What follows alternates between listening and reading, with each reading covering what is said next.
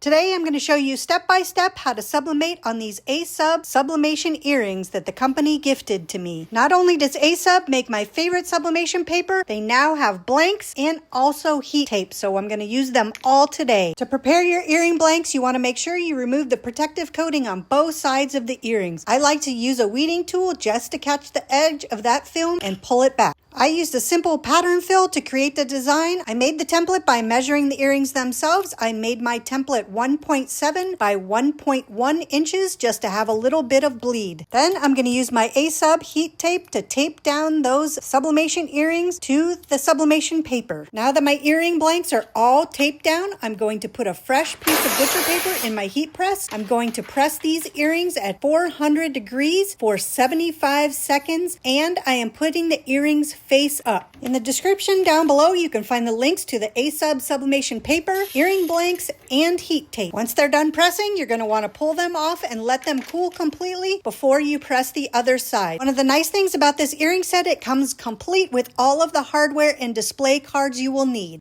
To attach the post to the earrings, all you have to do is pull apart this connector, place it in the hole in the earrings, and then close it up, and the earring is completely done. Then repeat for the second earring in the pair. Place the earrings on the card, and you have a complete set of earrings. If you found this information useful about how to sublimate on these earrings, I'd appreciate a subscribe and a like on this video, and be sure to click the links down below for a 12% discount off your sublimation order at A-Sub.